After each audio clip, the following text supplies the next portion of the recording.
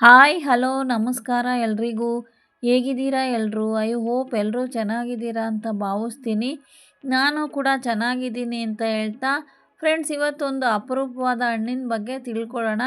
ಆ ಹಣ್ಣು ಏನಂದರೆ ಪೆನ್ನೇರಳೆ ಹಣ್ಣು ಅಥವಾ ರೋಸ್ ಆಪಲ್ ಅಂತಲೂ ಕರೀತಾರೆ. ಫ್ರೆಂಡ್ಸ್, ಈ ಹಣ್ಣು ಪರಿಮಳಕ್ಕೂ ಉತ್ತಮವಾಗಿರುತ್ತೆ. ಪರಿಮಳ ತುಂಬ ಚೆನ್ನಾಗಿರುತ್ತೆ. ಅಪರೂಪವಾದ ಹಣ್ಣು ಅಂತಲೇ ಹೇಳ್ಬೋದು. ರುಚಿಗೆ ರುಚಿ, ಆರೋಗ್ಯಕ್ಕೆ ಆರೋಗ್ಯ ಅಂತಲೇ ಹೇಳ್ಬೋದು ಈ ಹಣ್ಣಿನ ಸೇವನೆ. ಫ್ರೆಂಡ್ಸ್, ಈ ಹಣ್ಣಿನ ಸೇವನೆಯಿಂದ ನಮಗೆ ಆಗೋ ಆರೋಗ್ಯ ಲಾಭಗಳನ್ನು ತಿಳ್ಕೊಳ್ಳೋಣ.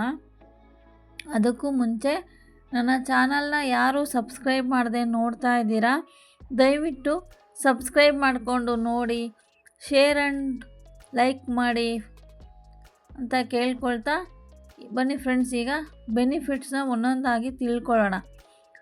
ಫಸ್ಟ್ ಒನ್ ಬಂದ್ಬಿಟ್ಟು, ಇದರಲ್ಲಿ ನೀರಿನ ಅಂಶ ಜಾಸ್ತಿ ಇರೋದ್ರಿಂದ ನಮಗೆ ಡಿಹೈಡ್ರೇಷನ್ಗೆ ತುಂಬ ಒಳ್ಳೆಯದು ಅಂತಲೇ ಹೇಳ್ಬೋದು. ಫ್ರೆಂಡ್ಸ್, ನಮ್ಮ ಬಾಡಿ ಡಿಹೈಡ್ರೇಷನ್ ಆದಾಗ ನೀರಿನ ಅಂಶ ಕಡಿಮೆ ಇರುತ್ತೆ.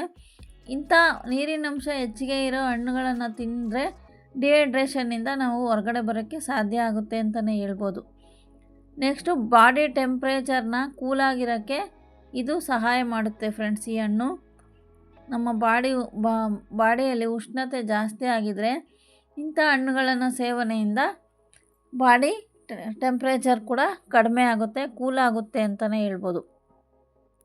ನೆಕ್ಸ್ಟ್ ಬಂದ್ಬಿಟ್ಟು, ಕಿಡ್ನಿ ಮತ್ತು ಲಿವರಲ್ಲಿ ಟಾಕ್ಸಿನ್ಸ್ ಏನಿರುತ್ತೆ ಆ ಟಾಕ್ಸಿನ್ಸ್ನ ಹೊರಗಡೆ ಹಾಕೋದಕ್ಕೆ ಈ ಹಣ್ಣು ಸಹಾಯ ಮಾಡುತ್ತೆ. ಫ್ರೆಂಡ್ಸ್, ಮತ್ತು ನಮ್ಮ ಬ್ಲಡ್ ಶುಗರ್ ಲೆವೆಲ್ನ ನಿಯಂತ್ರಣದಲ್ಲಿಡೋಕ್ಕೂ ಸಹ ಈ ಹಣ್ಣಿನಿಂದ ಸಹಾಯ ಆಗುತ್ತೆ. ಈ ಹಣ್ಣಿನಲ್ಲಿ ಕ್ಯಾಲ್ಸಿಯಂ ಮತ್ತು ಕಬ್ಬಿಣಾಂಶ ಜಾಸ್ತಿ ಇರೋದ್ರಿಂದ ಮೂಳೆಯ ಆರೋಗ್ಯಕ್ಕೂ ಕೂಡ ಈ ಹಣ್ಣಿನ ಸೇವನೆ ತುಂಬ ಒಳ್ಳೆಯದು ಅಂತಲೇ ಹೇಳ್ಬೋದು. ಈ ಹಣ್ಣಿನಲ್ಲಿ ಪೊಟ್ಯಾಷಿಯಂ ಅಂಶ ಜಾಸ್ತಿ ಇರುತ್ತಂತೆ. ಫ್ರೆಂಡ್ಸ್, ಅದಕ್ಕೋಸ್ಕರ ಈ ಕೊಲೆಸ್ಟ್ರಾಲ್ ಅಂಶವನ್ನು ಕಡಿಮೆ ಮಾಡಿ ಹೃದಯದ ಆರೋಗ್ಯನ ವೃದ್ಧಿಸುತ್ತದೆ ಅಂತಲೇ ಹೇಳ್ಬೋದು ಈ ಹಣ್ಣಿನ ಸೇವನೆ. ಅಂದರೆ ಪೊಟ್ಯಾಷಿಯಂ ಜಾಸ್ತಿ ಇದ್ದಾಗ ನಮಗೆ ಹೃದಯದ ಆರೋಗ್ಯ ಚೆನ್ನಾಗಿರುತ್ತೆ ಅಂತಲೇ ಹೇಳ್ಬೋದು. ಅದಕ್ಕೋಸ್ಕರ ಈ ಹಣ್ಣು ಹೃದಯದ ಆರೋಗ್ಯವನ್ನು ಕಾಪಾಡುತ್ತೆ ಅಂತಲೇ ಹೇಳ್ಬೋದು.